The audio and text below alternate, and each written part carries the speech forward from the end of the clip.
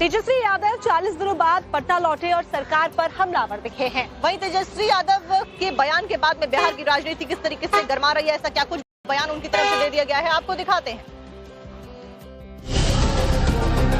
देश विदेश की लंबी यात्रा के बाद पटना लौटे तेजस्वी यादव के तेवर एक बार फिर से तल्ख दिखे और लौटते ही उन्होंने विधानसभा चुनाव में धांधली के साथ जीत के लिए एनडीए पर प्रलोभन देने का आरोप लगा दिया। जनतंत्र को इन लोगों ने धनतंत्र और मशीन तंत्र बना दिया है। हम लोग सब लोग जानते हैं कि क्या षड्यंत्र रचा गया, छल कपट से ये लोग चुनाव जीते, लेकिन नई सरकार कैसे बनी है ये पूरा देश और बिहार की जनता जानती है। इतना ही नहीं, तेजस्वी यादव ने लौटते ही नीतीश सरकार को 100 दिन का अल्टीमेटम तक दे दिया और कहा कि हम शुरू से ही सकारात्मक राजनीति करते आए हैं। यही कारण है कि सरकार गठन के 100 दिन तक उसकी नीतियों, फैसलों और कार्यक्रमों पर कोई टिप्पणियां नहीं करेंगे, लेकिन उसके कार्यों की विवेचना करते रहेंगे। जो मौजूदा जो सरकार है, क्योंकि हम लोग सकारात्मक राजनीति करते हैं, तो 100 दिन तक इस सरकार के निर्णय और नीति पे हम कुछ नहीं बोलेंगे और देखते हैं कि 100 दिन बाद कब हमारी माताओं बहनों को 2-2 लाख रुपया मिलता है,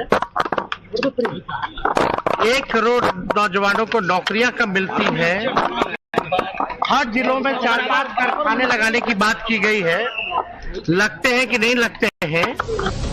वहीं अब तेजस्वी यादव के 100 दिनों के अल्टीमेटम पर बीजेपी ने भी उन पर पलटवार कर दिया है। बीजेपी प्रदेश अध्यक्ष संजय सरावगी ने तेजस्वी पर तंज कसते हुए कहा कि तेजस्वी यादव का बिहार के लोगों ने सूपड़ा साफ कर दिया और बिहार की जनता उन्हें रिजेक्ट कर चुकी है।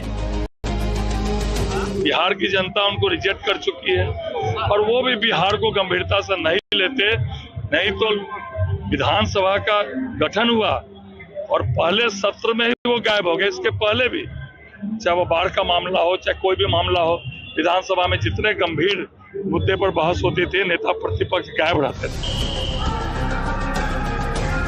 तेजस्वी के लौटते ही बिहार की राजनीति में एक बार फिर हलचल बढ़ गई है और उनके बयान ने साफ कर दिया है कि तेजस्वी सरकार के खिलाफ आने वाले समय में ज्यादा आक्रामक होंगे।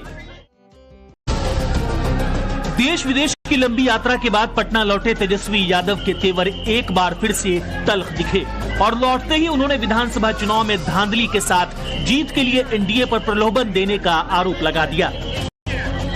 जनतंत्र को इन लोगों ने धनतंत्र और मशीन तंत्र बना दिया है। हम लोग सब लोग जानते हैं कि क्या षड्यंत्र रचा गया, छल कपट से ये लोग चुनाव जीते, लेकिन नई सरकार कैसे बनी है ये पूरा देश और बिहार की जनता जानती है।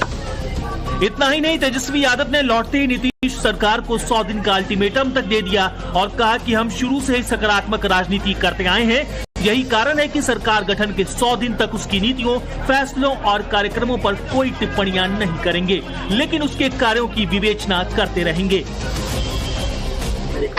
जो मौजूदा जो सरकार है, क्योंकि हम लोग सकारात्मक राजनीति करते हैं, तो 100 दिन तक इस सरकार के निर्णय और नीति पे हम कुछ नहीं बोलेंगे और देखते हैं कि 100 दिन बाद कब हमारी माताओं बहनों को 2-2 लाख रुपया मिलता है,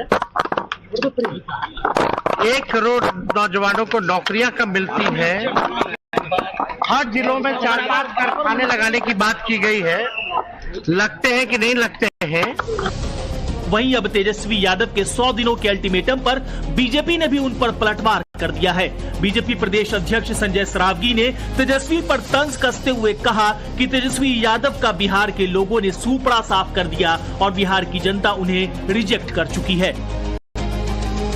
बिहार की जनता उनको रिजेक्ट कर चुकी है और वो भी बिहार को गंभीरता से नहीं लेते। नहीं तो विधानसभा का गठन हुआ और पहले सत्र में ही वो गायब हो गए। इसके पहले भी, चाहे वो बाढ़ का मामला हो, चाहे कोई भी मामला हो, विधानसभा में जितने गंभीर मुद्दे पर बहस होती थी, नेता प्रतिपक्ष गायब रहते थे।